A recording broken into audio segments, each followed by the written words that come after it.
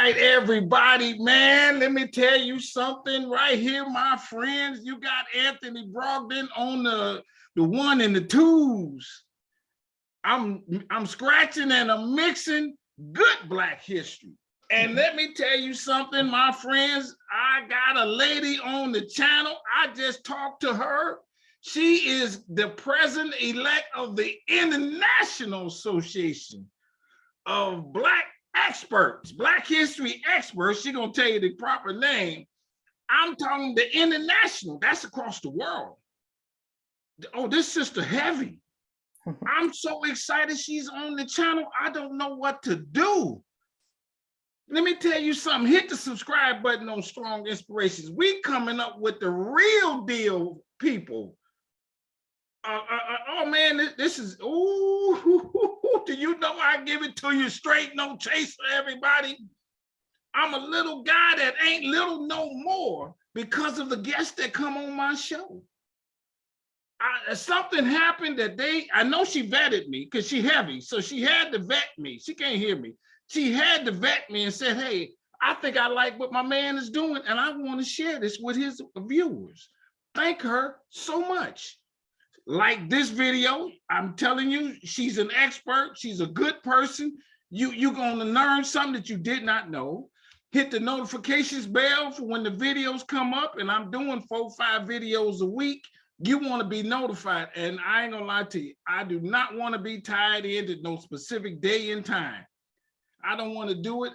If I can't sleep, I'm gonna release a video. If I got a few moments and I've done it and the video is ready, I'm ready to release it. So just hit the notification so you can watch it, and it's there forever. And to you, my friends who are in classrooms and that kind of thing, and you only got a certain amount of time, hit the scroll button. Scroll to where you want to start. Cut me out. I don't care as long as you give them this history and let the people hear these stories. That's what this is all about. Sometimes we say that Black folks just don't really tell it and don't let it get out. You know how we think bad about each other. Well, don't think that no more, because you got strong inspirations. Cut that out. And how about this? Did you see the video I did of the guy who is a minister who said if he was a minister doing slavery, this is the things that he would say to his fellow enslaved people? Watch that video. How about this? On that same note, did you see the video I did with the guy that talks about how they use religion to justify slavery? You know, they came up with a slant. There's a word, slaves obey your masters in the Bible. They went on that one. But then he said, masters treat your slaves fairly.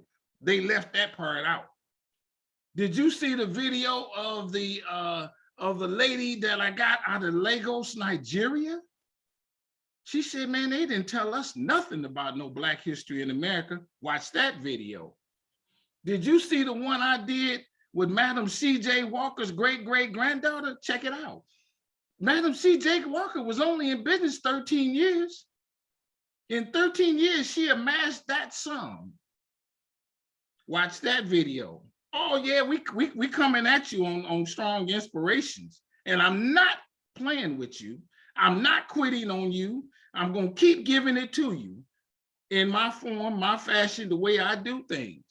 And watch my movie. It's called Business in the Black, The Rise of Black Business in America. It's streaming on Amazon. It starts and ends with a guy that was 101 years old. He lived to be 103.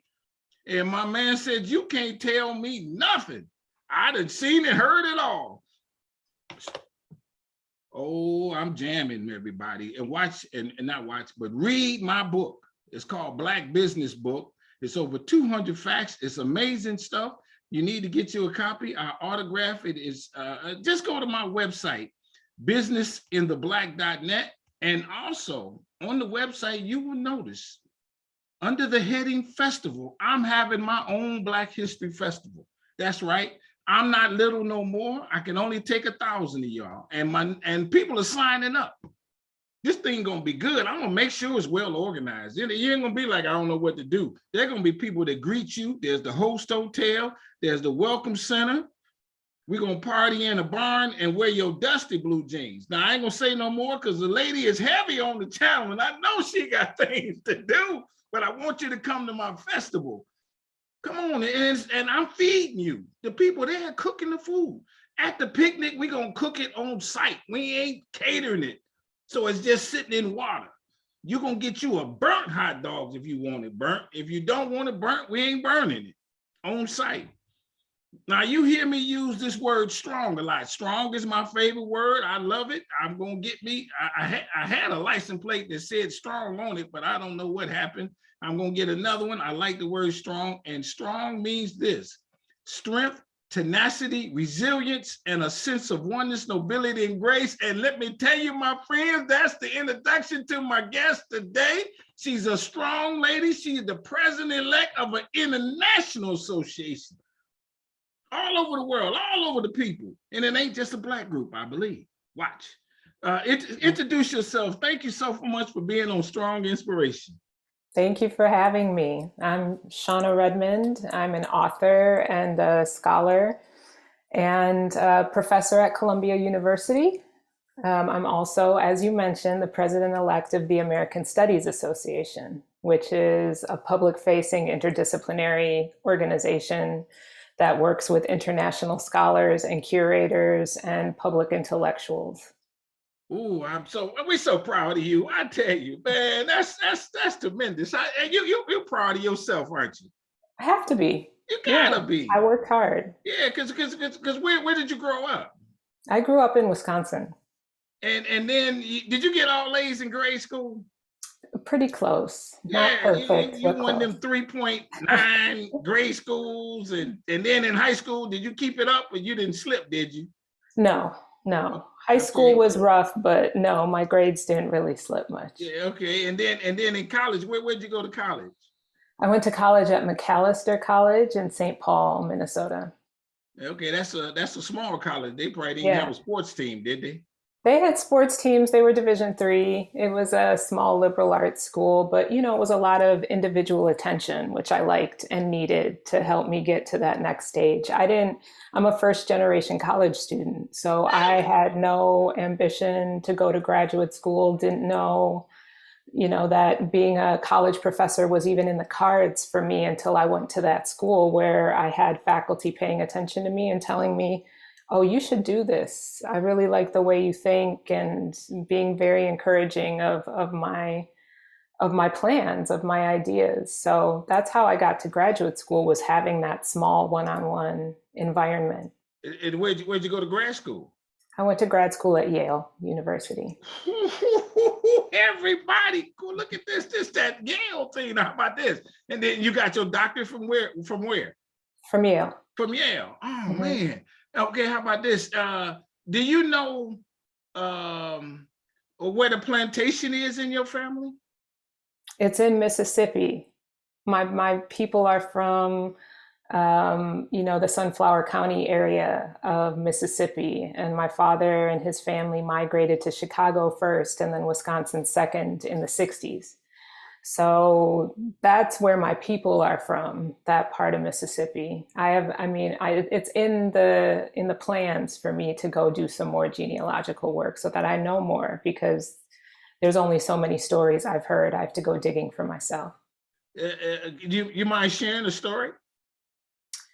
Well, my dad is one of 11 children. And one of the stories that sticks out to me that he's told me about his family is his uncle, who spent time in Parchman Prison in Mississippi for having shot the white man who had an affair with his wife.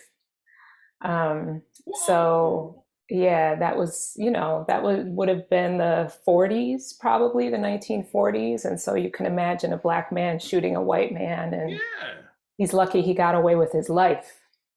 But he went to jail. He went to Parchman Prison. Yeah. Wow, that's a deep story. But then where does the and you say you're the first generation. What was the education in your family prior to you, your father and stuff like that? Do you mind telling Yeah, me. so my father's parents, they had elementary school educations. They were sharecroppers in Mississippi before they moved to Chicago for my granddaddy to take a job in the industrial plants, right? So it was part of this second or third wave of mass migration out of the South. So they both could read, but just enough, you know. And then my father, part of the reason for them moving north was for the younger children. My father's older siblings didn't get much of their educations either because they were participating on the farm during the season. And but the younger kids were able to get a public school education in the north. So my father, he started college as he went as an athlete, but then dropped out. So he had some knowledge of Okay. what college looked like, but Yeah. never finished. Yeah. So I was the one to kind of fulfill that mission. But hold on. Well, he went from sharecropper to college. Yeah, Oh my God, that's a beautiful story right there. yeah, So he he's told pretty you, hey, amazing. you going to school, no boys, all that stuff. You know what I mean? Yeah, no, he was Yeah, very encouraging. I ended up with a kind of disciplined personality, so it didn't take much for them, my parents, to encourage me to do well in school, but yeah. that's something that they definitely were super supportive of, especially my father always pushing me to do more than what I was learning in school and, challenging me to think about big ideas and Yeah. consequences. Did, So, did, did you like my daughter? My daughter, like that. I never did even whoop her. I wanted to yeah. whip her a couple times. I couldn't even come up with nothing. She come home early, she go out, she home. Girl, do something wrong. One of them kind of people. You might have been like that. Yeah, And no, I didn't get whooped very yeah, much. huh? I didn't get whooped very Yeah, I much. know. That's how she was. Was there Black history that you recognized growing up? What tilted you in that area? Yeah, I mean, my parents and my family weren't kind of super observant about Black history things. One of my uncles became really, really interested in it later in life. So once I got to college, my father's closest brother, he and I would have long conversations about Black history and things. But it never was anything that was. It wasn't a big part of our family. But the thing that was really important for me was that my dad always insisting that we were Black because I'm mixed race, but have always Really? Okay. identified as Black. And my father was like, I'm Black, you're Black, right? There's no hesitating, there's no equivocating, you are Black. And so that element of it was really, really important for me, especially as I kept going through different educational ranks, right? Because the higher the degree, the whiter the experience most I can't often. imagine. So it was really important for me to have that kind of that core of self, always knowing that that's where I belong. Those are my people. That's who love me. Um, okay, I'm not gonna go that route. With that said, being of your background, did you have to overcompensate somehow? I think, as a Black person, there's always the kind of politics of representation that you have in mind, right? That you have to do two, three, four times better than any white person just to just to get a little bit of attention, right? Just to get what you deserve. So I do think there's always an element of me of overachieving in order to ensure that next time somebody thinks about a Black person, maybe I'm the one they think about instead of Oh, okay. actually stereotyping Black people in all of the ways that the media is interested in doing and things like that. But I feel very similarly, and maybe this is one transition into talking about your frat brother, Paul Robeson. I identify very closely with his sentiment, which was that with everything that he achieved in his lifetime, he said white people were always trying to make him the exception. I don't feel like I'm the exception. I feel like I'm an accurate representation of who Black people are. And Black people are I many, love many it. different kinds of things, but I we are love it. also PhDs. Yes. So it's not an exception, it's Yes. just part of the family. Yeah, I love it. And that was like, so for example, when the Cosbys was out, they said it can't be no black families, in that type scenario. What do you mean? There Right. are some. And Right. and I think even black people bought into that. And Yeah, is no, I that think part of so. what you tried to do, was even among us change our mindset about each other? Yeah, I think there's some element of that for sure. I mean, I think, especially in the moment that the Cosby Show came out, there were all of these kind of pushes towards a certain kind of middle class Yeah. respectability. And that's not new, but in the 80s under Reagan, things got really intense with the prison booming and all of these things. So I think it was important to be able to talk to one another first, right? And I think we don't acknowledge that enough. I think quite often we always think we're talking to white folks, trying to prove something to them. Yeah. But it's important that we talk to each other first. Like, what do we think of ourselves? What do we think of each other before we actually are in a defensive position Yeah. against white folks? Let me ask you, and I know when I get around, let's say, as you use the term white folk, we when we talk black, I feel uncomfortable. You talk black in front of white folk every day in a classroom. You don't get uncomfortable doing that no more, No. or never did, or what? What's your take on that? Yeah, I mean, I think when I was a young academic, there were ways in which I was meant to, or I felt that I had to perform in a certain way, right? Around white folks, being in graduate seminar, and Yeah. certainly when I started Yes. teaching at the university and things like that.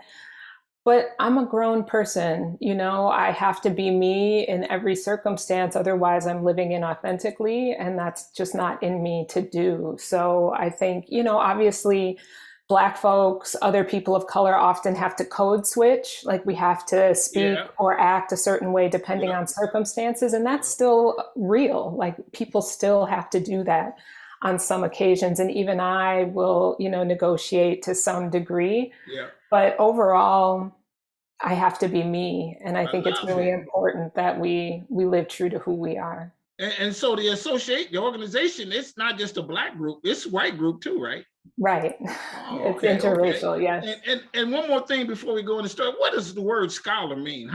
When does a person become a scholar compared to, is it just getting a doctorate, or what makes the scholar be your mantra, let's say?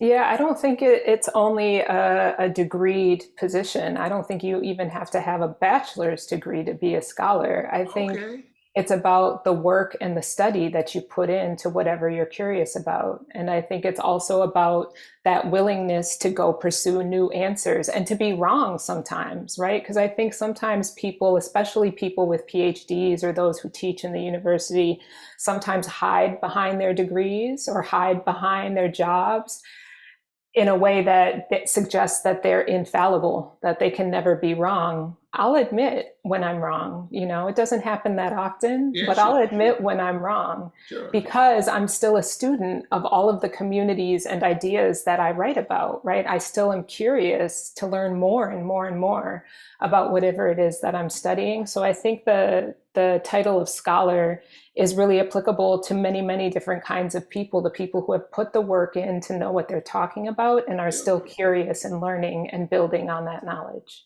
Okay, how about this, since you opened the door? Have you been wrong? What does wrong mean? Wrong meant that somebody gave you the wrong information? Or does wrong mean you interpret the information wrongly? What is wrong? Yeah, I think it can be either. I think it can be a moment where I've received information without being critical enough to question it and transferred it, shared it with someone else, and then recognized in the aftermath that it was erroneous. Or it could be that my interpretation was wrong. I can't think of an instance where my interpretation was wrong. I think um, that's a little bit more rare, but there have been instances where I've taken information, something I've read somewhere or been told, and moved forward with it as if it were fact without kind of checking it. And, And we're there talking about haven't. Black history information, right? Yeah, Yeah, yeah, yeah. I yeah, mean, I yeah, think, yeah. for example, Yeah, for one of example. the things that we're taught early on in learning about Black history are these kind of deep antagonisms between, for example, Marcus Garvey and W.E.B. Du Bois, right? Okay. This moment of the Harlem Renaissance where both men are kind of vying for intellectual leadership, political leadership within Black communities. And we're always taught that it was always an antagonism, always a loggerhead, right? That they never agreed, that it was, kind of a nasty, embittered relationship between the two. And I do think some of that is true, right? So it's not that that's a lie, but it's that there's a lot more nuance to that story that doesn't reveal the fact that actually Du Bois was picking up some of Garvey's efforts, some of his models, and using them with the NAACP, right? Or that, Garvey, who is sometimes now villainized in particular kinds of ways, was actually far more capacious in his thinking than a lot of people give him credit for. So I think part of the negotiation is figuring out, okay, how deeply beneath that surface do we need to dig in order to know more about these people, in order to know our histories better, and to ask the right kinds of questions. And sometimes if you don't ask a follow-up, you don't get the information you need. All right. I like that. Okay, let's before we get to the story, how about this one? Now, I had somebody on the channel who really, I didn't know what W.E. Du Bois' fame was. I'll be honest. I heard his name. He looked like a good-looking guy. He did a lot of things around the world, and then they really kind of put it in the context that he was a scholar. He did a lot of writing for the NAACP, the Crisis, and he did programs and things of that sort. What is Marcus Garvey's claim to fame, and why would they be fighting each other? What's the short answer to that, let's say? Yeah, so Marcus Garvey was a philosopher of the African world, but also he was the figurehead, the president, the leader of the Universal Negro Improvement Association, which at the time of its kind of building in the United States, which was roughly 1916 to the mid 1920s, it was the largest mass movement in the Black world. So he built this organization in New York City, having come from Jamaica, and was soliciting participation from people all over the United States and the rest of the African world. They had a newspaper that was translated into Spanish and French that was being circulated all over the African world. He is responsible for having given us both the universal, having given us Ethiopia, the land of our fathers, which was an anthem for the organization, but more significantly, and something that's still trafficked in today, he gave us the Black nationalist flag, the red, black, and green. That was the flag for the UNIA, which he then argued was the flag for the African nation, which was global in scope, regardless of language, location, etc. So he's responsible for having put into circulation a lot of symbols within the African world that were meant to tie us together, to make us unified. And a lot of his philosophy, one of his most famous being Africa for Africans, right, which was about decolonization, getting European and US imperial powers, colonial powers out of Africa.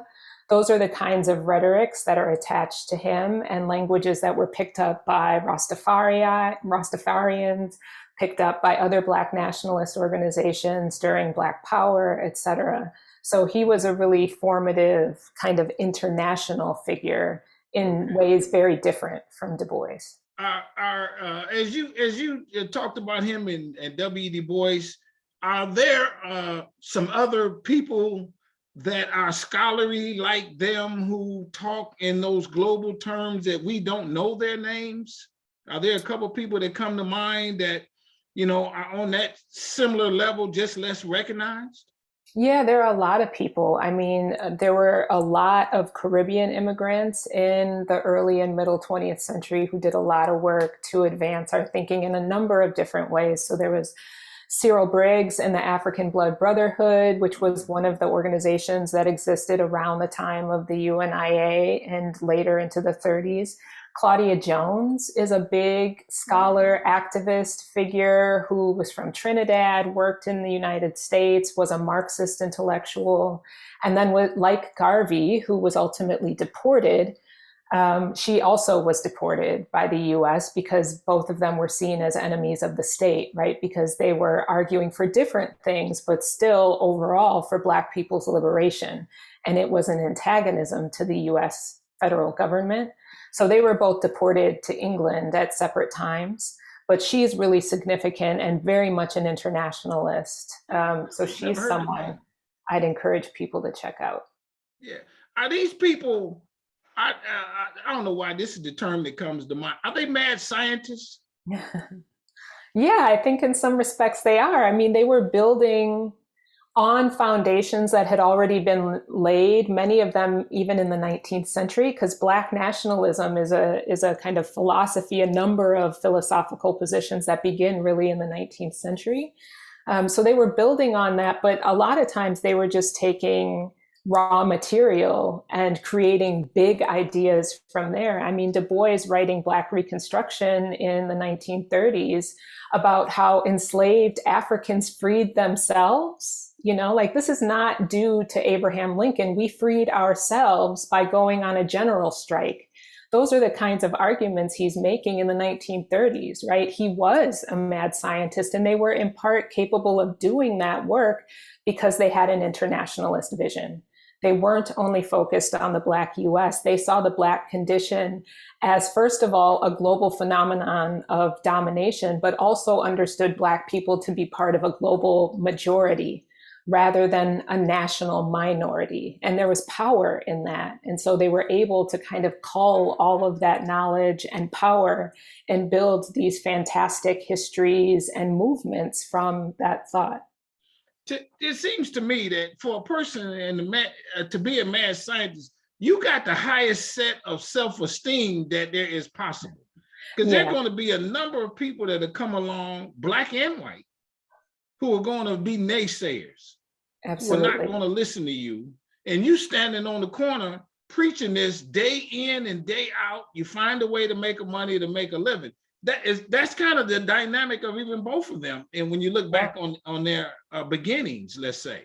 For sure, for sure. To say that Marcus Garvey had an ego is an understatement. You know, I think confidence is really healthy, and even some amount of ego is important. Like it can be animating, it can be a mechanism of defense. But, you know, Garvey bordered on a megalomaniac, and that was in part his downfall, right? Was that he had so centered himself in the organization that when he was deported, everything collapsed.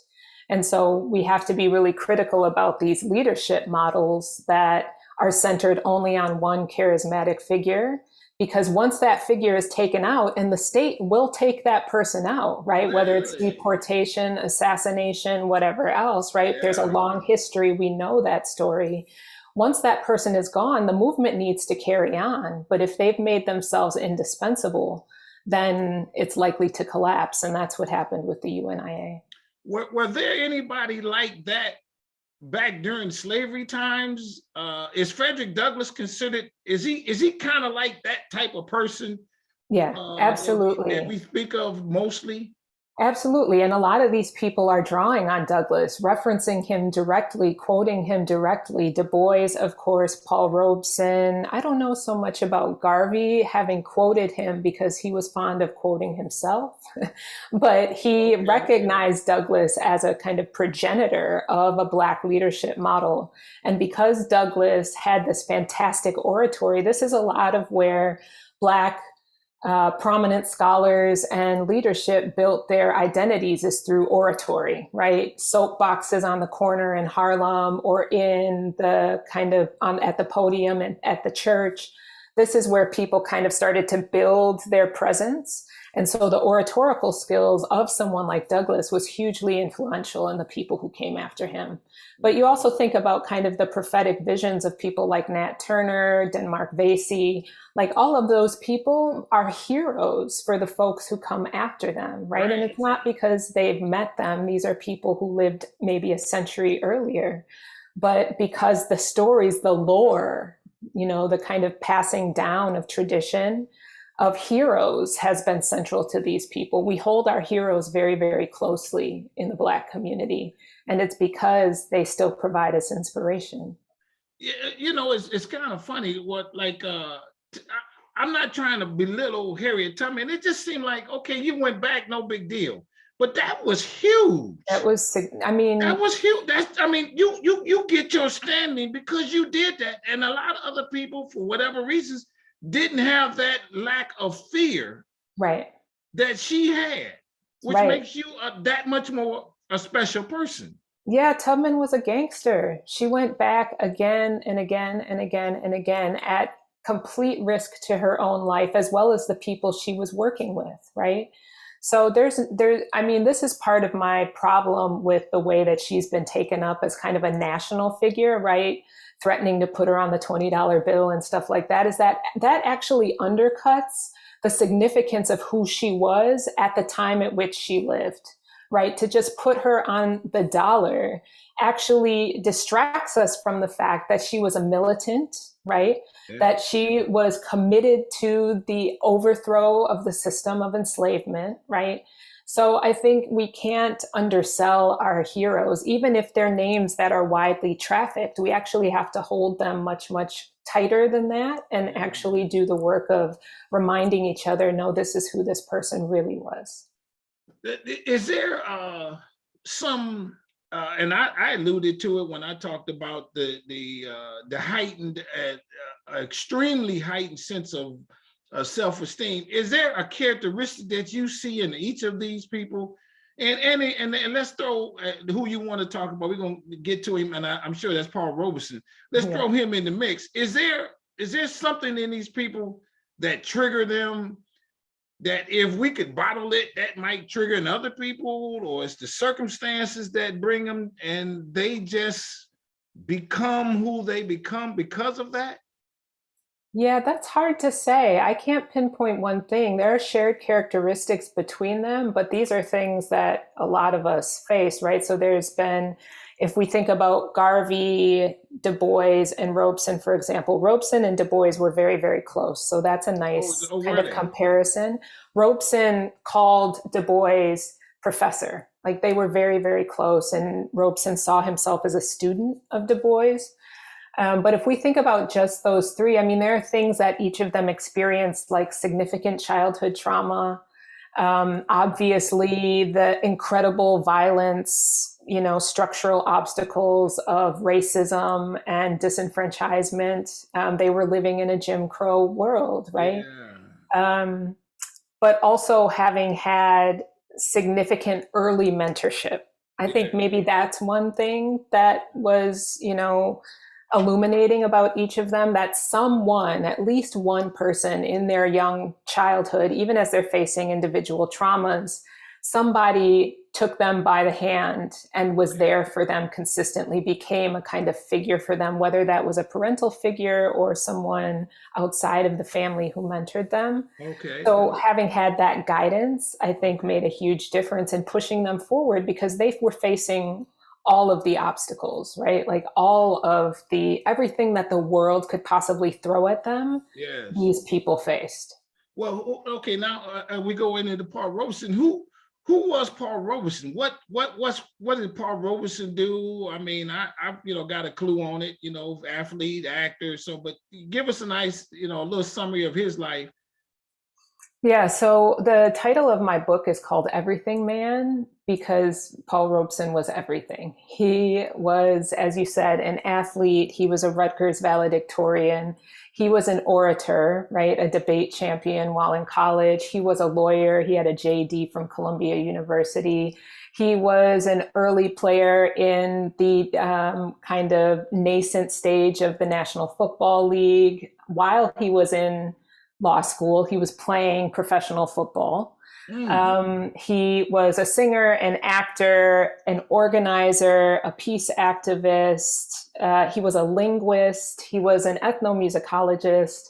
He was all of these things. He was an incredible student of the world and of the human condition, and so wanted to be as close to people as he possibly could. So he did everything, and whenever people called him, he answered.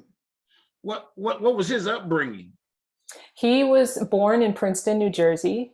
His father, William Drew Robeson, was the pastor of Witherspoon Church in Princeton and was a staunch advocate for integration and for Black people's rights. And for that political position, he was driven from his church after having been pastor over the longest term of anyone still to this day in that church, which is still standing in Princeton, New Jersey.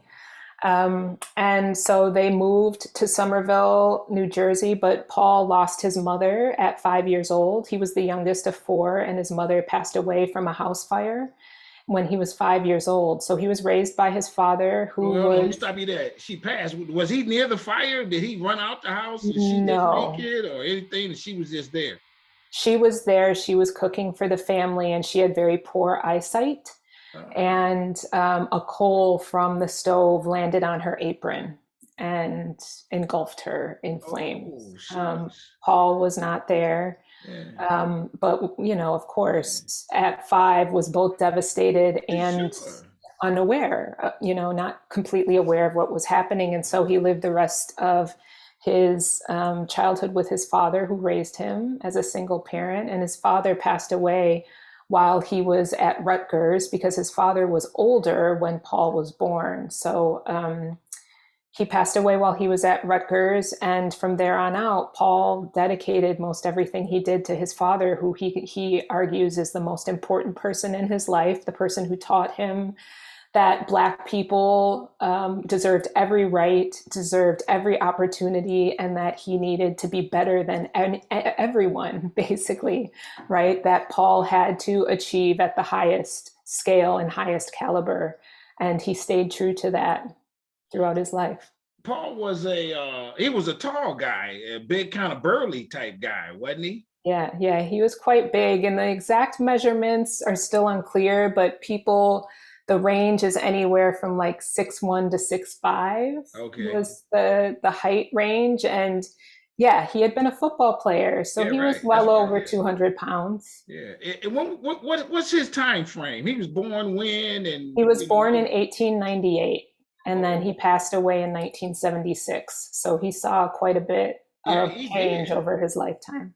But he had a controversy that they deported him or something like that for communism. They tried to put him in that angle. Yeah, so in the 1930s, he was living in England and communing with radical decolonization activists on the continent. In London, he met Kwame Nkrumah, who would go on to be the first independent premier of Ghana. He met Jomo Kenyatta, who led the independence movement in Kenya. He's meeting with all of these workers and socialists. He meets with C.L.R. James and develops a friendship with him.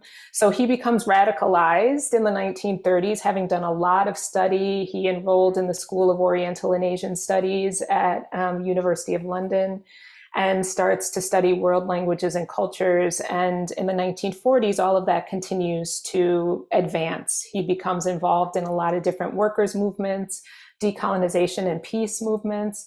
And in 1949, he speaks at a Paris Peace Conference where he argues that Black Americans would never go to war against Russia when they face such discrimination in the United States. Why are you asking us to go fight someone else when we have to fight every single day at home? And that becomes... On the surface, that just makes sense. It does make sense. Thought, you know what I mean? Right, but it's incendiary for the state, right? For someone, the most famous Black person in the world by this point in the 1940s, the most famous Black person. I don't mean no disrespect. How did he become famous? He goes to school, he goes to grade school, he gets finished grade school, he goes to undergrad school, Right. How does he become famous and even get to Europe? What does he do over there? That kind of thing. Yeah. So after Rutgers, he goes to Columbia Law School. He's playing football, but he starts to sing and to act in various Negro theater companies in New York in particular, but then up and down the Northeast corridor. And he's performing, and people are so in awe of him because he's beautiful. He's big, he's beautiful. He's very charismatic, easy to get along with. He gets cast in the musical Showboat, which in New York he passed on. The role was actually written for him, the role of Joe, who works on the showboat on the Mississippi River.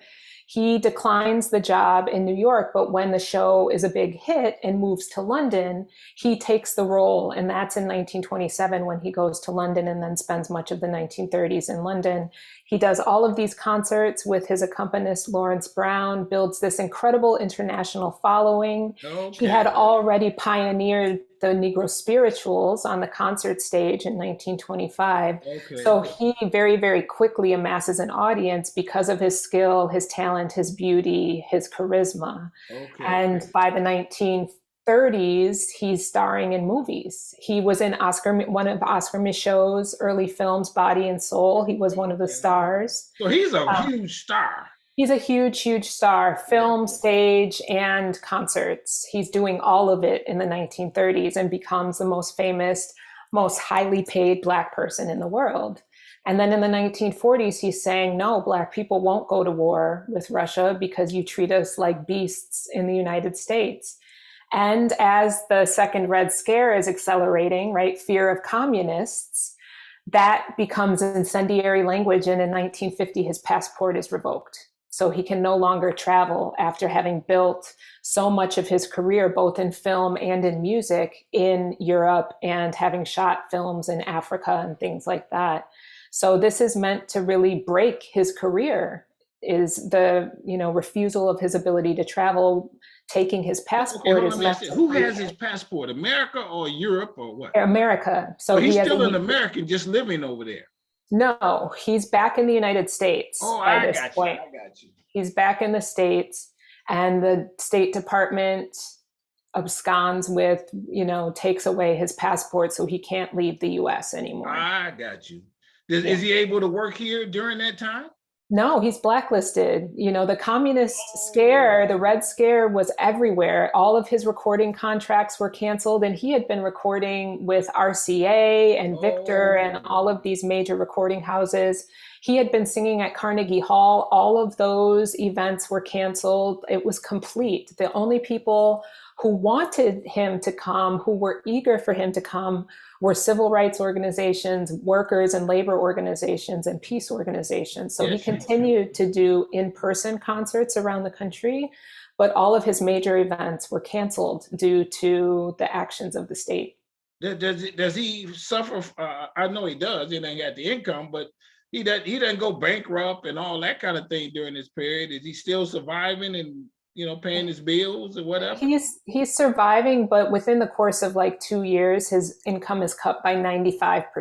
Yeah. So he goes from a millionaire under the terms of that period to, just getting by, basically, through the assistance of friends and these organizations who are still paying him to come perform for them. Yeah. And he starts to record with a little do-it-yourself record label called Othello Records, which he creates with his son, Paul Jr., who becomes his recording engineer.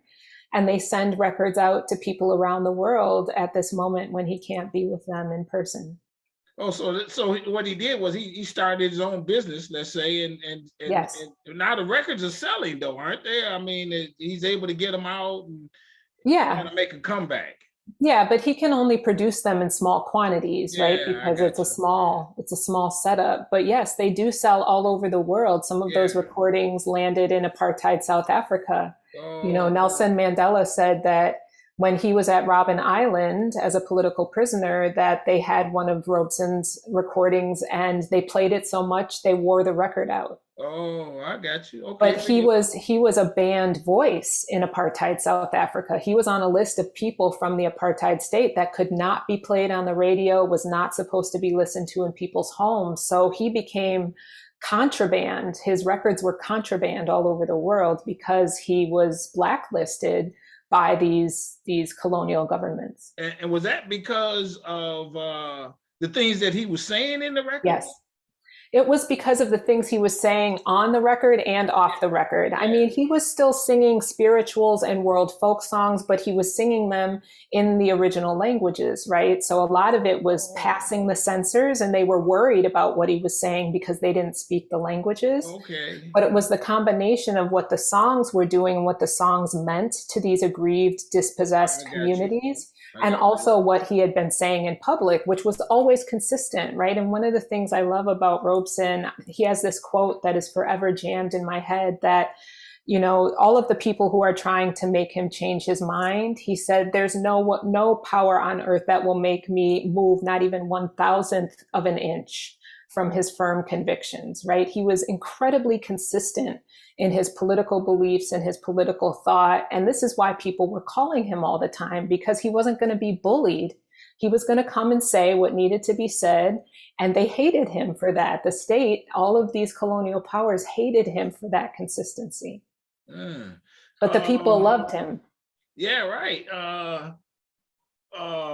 But then he at the end he gets his passport back, doesn't he? And he He makes a does. comeback in life. How does life end for Paul Robeson? Yeah, so it's an 8-year battle, legal battle, and he more than once has to testify before the House Un-American Activities Committee during the 1950s. But in 1958, after 8 years of legal battle, he finally gets his passport back, and he immediately leaves the United States, unsurprisingly. And goes to Europe and sets off on a big set of tours again. He does his final run of Othello. This is the other thing that made him an international superstar, was having been the first Black man on a US stage to play Othello. It was the longest run of Othello ever on Broadway, and it still holds the record today. For the longest performance. And he goes back to England in 58. He plays Othello again for the final time. He tours in Europe and Australia, and then starts to have some significant health problems. His life partner, Islanda, passes away in 1965, and So he that's was when he never married. retires. He was married to her, He was yes. married to her. Okay. They were The married Black in lady? they were married in the Oh, not a 20s. white girl. Yeah, they were married in the 20s, and so had spent, like 40 years together. And Okay. it was tumultuous, the relationship. It saw a lot of highs and lows, but she also was a scholar and a writer and an activist, and so they had a Okay. lot more in common than they did Okay. disagreement. But when she passes away from cancer in 65, he retires, returns permanently to the United States, and lives with his sister in Philadelphia, where he lives the last 10 years of his life pretty quietly. Oh, really? What a Mhm. story. Now, did and he became wealthy through all this at one point. Yes, he was a millionaire. Yeah. Are there historical markers at the house that he grew up in, Yeah. at the There are house he lived markers. in, that kind of thing? Yeah, there are markers and dedications of him all over the world. And this is part of what I write about in my book, is the way that he's still a part of our public memory, all of the ways that he comes back. So there are some relatively discrete ones, like there's a tree named for him at Rutgers, but there's also now one of the recent graduating classes dedicated a small plaza to him as pretty much their most famous graduate. The house that he lived his final days in, his sister's home in West Philly, that is now the Paul Robeson house. So that's an official marker in the city. Okay. There's a street named after him in Berlin. There are various student centers around the country. There are elementary schools named for him. There's even a mountain peak named for him in Kyrgyzstan. Oh, So he is a marker all over the world, yeah, having sure. left his imprint on many, many different people. Yeah, sure. Well, how did he have time to do all them things? I mean, I everybody don't get know. 24 hours, you know what I mean? Did he have a Exactly. hobby or something like that? Or it was I work, mean, work, work? everything was his hobby, but also his passion. And because he was good at everything, right? Yeah. I don't know anything that he tried that he wasn't good at. There are only, and I say this in my book to be funny, but it's actually true. There are only two things that he could not do. Two things of which I have evidence that he could not do: whistle and swim. And, everything else he did, everything he tried, he was good at. Who's Yeah. an amazing Football player and valedictorian of their class, Yeah, that's and incredible. a top solo vocalist and a film actor and speaks Latin. Like he did No everything question. well. So yeah, I don't know how he did it all. He just had that singular determination and the inspiration and love of his father always guiding him, and he was in every sense. And I can think of no one who tops him in this, the Renaissance man. Yeah, it sounds like it. Yeah. Well, as we come to close, how did you do your research? Did you talk to any of his family members? Were you able to do that? You went through scholarly journals. How does that go? I attempted to reach out to his family. So his granddaughter, Susan Robeson, is still alive, as is her mother, who was Paul Jr.'s wife, but was never able to reach them. So I did, some secondary reading. Other people who have written about him, Gerald Horne has written a really lovely biography of him. But a lot of it was just in the archives. Like he has Okay. papers at Howard University. There are archives for organizations that he's been affiliated with. So I spent like 3 weeks in Wales because he's really, really well preserved in Wales. It was Oh, one of his really? favorite locations internationally. He had a long, long-term bond with the miners in that country, the miners union. So I went and looked at their archives. He's a part of their museum culture in a significant way. So I went to a lot of exhibits and Yeah, things like love that. it. So that's how I did my research. I was really just chasing him all Yeah, over that's the what I would world. think. Yeah. Have you ever Yeah. seen any clothes of his or any you know what I mean? Anything that he actually had himself, like Yes, a car or something like that, anything. I've I've seen his passports. I've seen some of his medals that he received, some of the prizes and awards. He received many, many over his lifetime, as you can Sure. probably imagine. I've seen one. I've seen the jacket that he wore in the film, The Emperor Jones, right? Okay. One of the costumes from the film, Okay. as well as some of the garments he wore in his run of Othello. So I've seen things, material artifacts like that, all of those in the archives or housed at universities and museums. Is there some university archive that have in America that has the largest collection of his items that like his family donated to a university or something like that somewhere? Yeah, the biggest collection is at Howard University. Oh, is that right? Rutgers University has some, but the family donated most everything to Howard University. Oh man, that's phenomenal. Yeah. And so he inspires you. He inspires me every day. What would Paul Robeson do?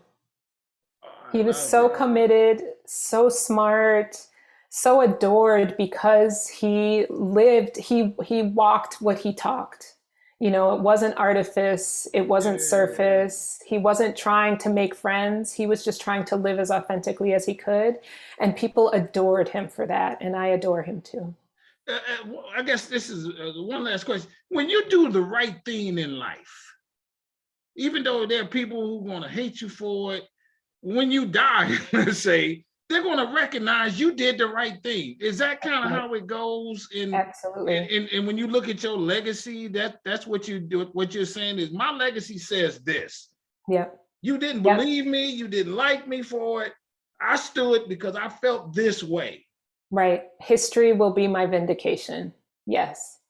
Unbelievable. Everybody, this is what I do with Strong Inspirations. I got the president-elect on the channel, and she put it, okay, if you sum this up in a classroom and you teach every day, your happy moment is when someone gets what from what you say about the people you talk about. I think it's when people are curious to know more after what they've heard me say. When they go and do their own reading and research and are curious based on something I've said and are inspired by what I've said, that's what matters. Love it. There you go, everybody. Strong Inspirations, where we give it to you straight, no chasing. We let the people do the talking.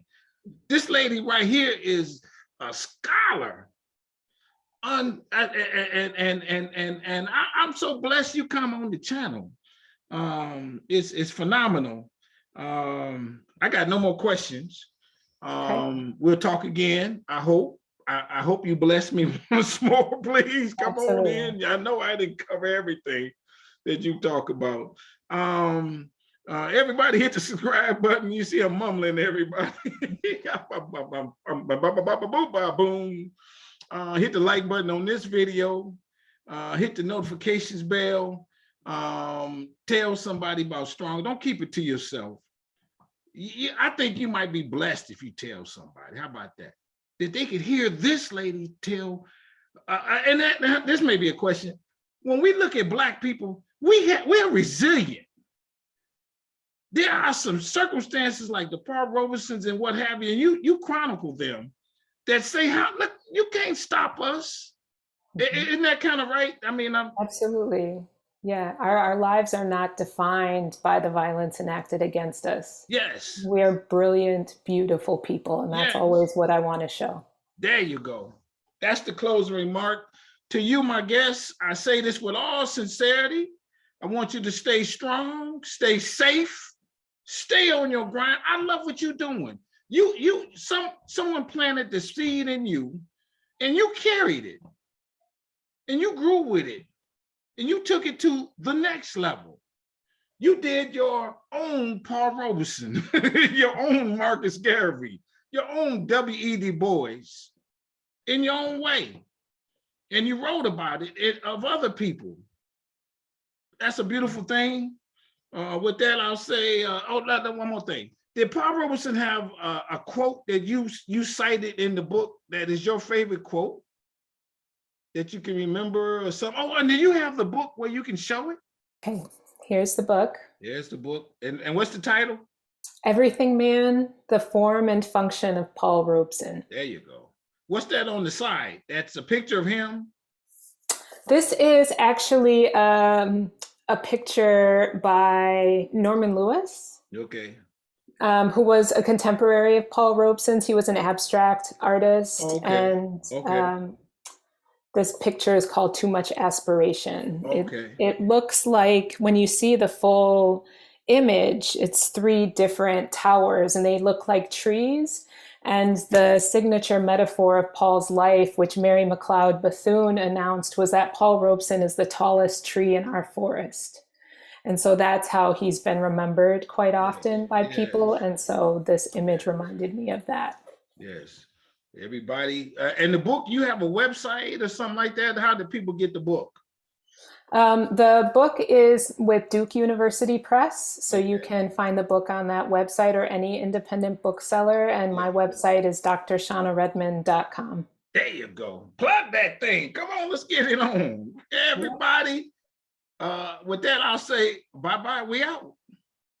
Thank you. Thank you.